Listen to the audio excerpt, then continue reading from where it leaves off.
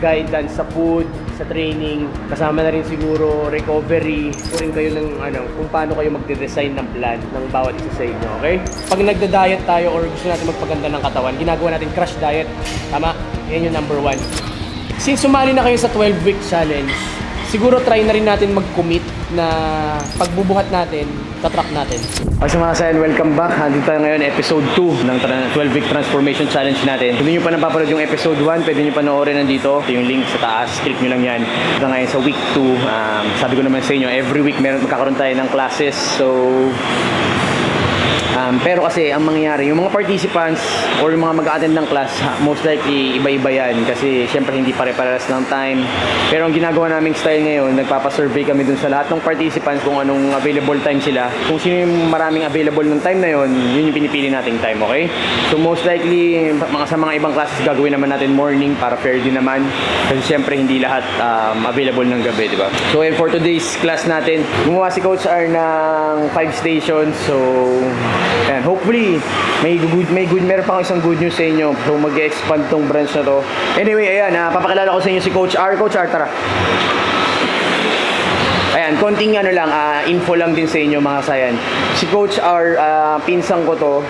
Tapos ako yung nag-encourage sa kanya maging, tawag dito, maging pogi.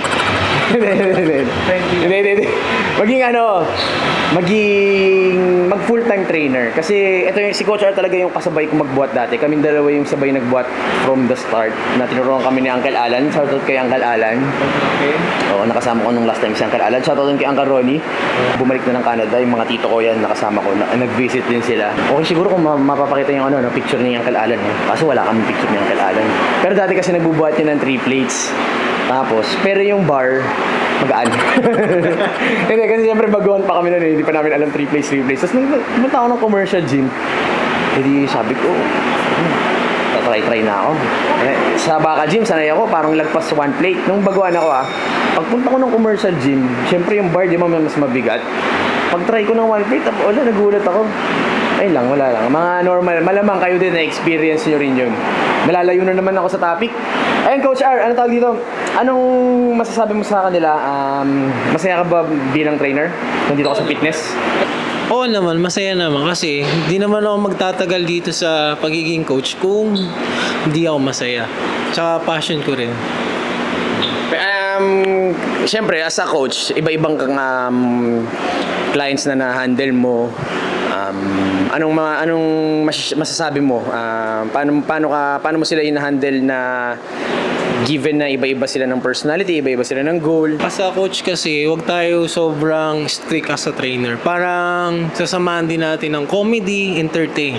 Tapos mga motivational na speech na hindi lang pang physical pati mental. Yun kasi yun lagi yung spiritual. Yun. Kaya good job. Tapos paminsan hinahaluan mo ng kindat. Hindi. Biro lang yan. Anyway, ayan si Coach R, panoorin niyo yung magiging circuit class niya. Sana mag-enjoy kayo. Actually, pwede nyo rin ito i-try sa bahay. Sa mga hindi pala nakakaalam yung circuit is, grabe yan, sunod-sunod na training yan. So, medyo nakakapagod talaga siya, okay? So, ayan, dyan nyo rin matitest yung endurance nyo, pati cardio nyo. So, ayan, panoorin nyo itong episode 2. Sana mag-enjoy kayo. And mga sumasabay pala, marami nag-comment sa previous vlog, yung mga gusto sumabay ng 12-week challenge na to. Online yan, pwede kayong sumabay. Mas maganda kung mapicturean nyo rin yung sarili nyo para pagdating nung ika-12 week natin, pag nag-post ako sa Facebook, baka pwede nyo rin ma-share, may ma-inspire rin kayo, diba? And ma-inspire nyo rin kami. Ayun lang naman. Tapos next week, ang magiging class natin, ano yun, Ma'am Ben, next week? Yoga. So, pero panoorin nyo muna tong episode na to, ha? Thanks, Coach Ara. Galingan mo, ha? In the way, sino hindi nakakilala sa akin? Halos lahat naman, di ba? I'm Coach R, okay? Mahigit 10 years na akong trainer. Ang gagawin natin class today, circuit. Ibig sabihin ng circuit, combination siya ng 5 to 6 exercises. In the same time, yung pacing, yung pahinga, mas mabilis sa ordinaryong workout. Okay? Sa pamamagitan ng circuit, lumalakas yung stamina natin, endurance, in the same time, flexible siya sa lahat. Lalo na yung matatanda, bata, may injury. Kasi hindi na force yung pwersa natin. Kasi more on endurance, stability. Okay. First station natin, ladder exercise. Sa ladder exercise kasi, na-exercise yung speed, agility, coordinate, endurance natin. Okay? Ang gagawin lang natin, basic footwork. Ito kasi ladder exercise siya. Ladder exercise, ano siya, maganda siya sa mga athlete. Oh, all sports, ginagamit siya. Okay? Ang first ano natin, lateral movement, in-out lang. Okay? In-out. Okay? Kung baka front yung right foot natin, yun yung in natin, out. Okay? Parang ganito lang.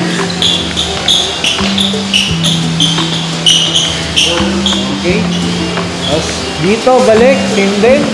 Ayan siya.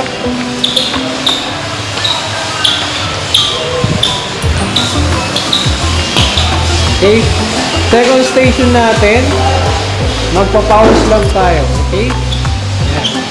Alalay lang tayo kasi bawal magbaksak. Kaya sa crash pad. Okay, pa nagpa-powers lang tayo. Ayan siya. Full force natin galing sa baba, pag-squat. Ayan siya. Galing dito. Face 1. Okay? Magaan lang kasi yung ano natin. Medicine ball. 2. Okay? At least 12 reps. 5 na rounds dito sa ladder. Diretso tayo sa crash pad. Mag-step up with back lunge. Ano tayo? Lunges. Ibig sabihin, step up, back, lunges. Okay? Ulit. Kung ninunan nyo yung right, ang pag-up nyo, ang back lunge nyo, ito. Okay? Ayan siya. Yun yung 1. Okay? Next naman natin, gamit yung dumbbell, ang fourth station natin, renegade. Sabihin ng renegade, naka-flank tayo movement. Ayan siya. Row, level yung likod. Ayan. Combination natin ng 4. Mountain climb. Yun yung 1. Okay? Ulit. Renegade. Mountain climb. Okay? Last natin, kettlebell swing. Okay? Ayan siya. Movement. Main, breathing, glutes. 1. Okay, good. Pili kayo ng station nyo kung saan mag-start. Pero yung for 2 minutes lang tayo. Each timer ako kayo, dipat, dipat, dipat. Tapos pahinga tayo, okay? Pilit kayo ng station na gusto nyo. Yeah, what's up with it? Do it cause I love it and I stuck with it. We ain't with the subbing in the cut with it. Please, none of the talks, I heard enough of it. Like, what you gonna do? Where you at? Who you with? You ain't really bout this, don't talk about it. Really on the move, on the map, never slip. Keep your hands to your lips, don't talk about it. Real eyes, all the time. Stand on it, if we said it, we don't walk around it. Loose lips, sink ships, red cup, blue strips. New phone, who this? No, we don't allow it. Really on go, I don't know what's an off day. Now we on road, came from smoking in the hallway. Now we got shows, boys feeling like Broadway. Always look. Nice one, Zed. Good job. Nice one. Rajera, thank you. Tulad nung sinabi ni Coach, parang mas okay siya kaysa sa cardio. Kasi yung stability, yung stamina, mas na-exercise. Sa katulad ko, mabilis ako pagpawisan. Sa naranasan ko sa experience ni Coach Sal sa ganitong activity na parang cardio na yata to eh. Ang hirap, parang nagbubuhat, mas mahirap kasi to eh. Kasi yung physical mong inaano mo dito eh. Papi, hindi tayo makahinga ng mayos. Thank you. Nakakapagod pero sulit kasi hindi lang natetest yung endurance mo, nagagamit na pa yung buong katawan mo dun sa circuit workout. Ngayon, napanood nyo na yung video. Actually, napanood ko na rin. Natuwa ako dun sa ano yung first exercise, Coach Ar? Ladder exercise. Paano ulit yung mga ulit? parang hindi ganyan yung kanina. Parang kanina, ang galing, ang lambot ng katawan eh. Yung kanina, yung upper body. Hindi, ano kasi yun, so practice lang. Practice lang yun, guys. Dati kasi sumasayaw ko ng kripok dati kung alam. Grabe. Batang 90s. Yung balikat parang gumagano eh, oh, grabe. Oh. Tinatawanan ni Jay si Coach R, oh. Hindi, maano kasi to, mahilig sumayaw si Coach R eh. Dancer ito dati si Coach, di ba R? Lalo ng mga headspin basic. Headspin? Grabe, ang lupit. So yun lang naman, actually nung pinanood ko yung video na ginawa ni Jace sa class, grabe. Galing. Oh, galing, no? Iba yung atake ni Coach. Hindi, ikaw yung magaling. Di ba? Galing ni Coach R.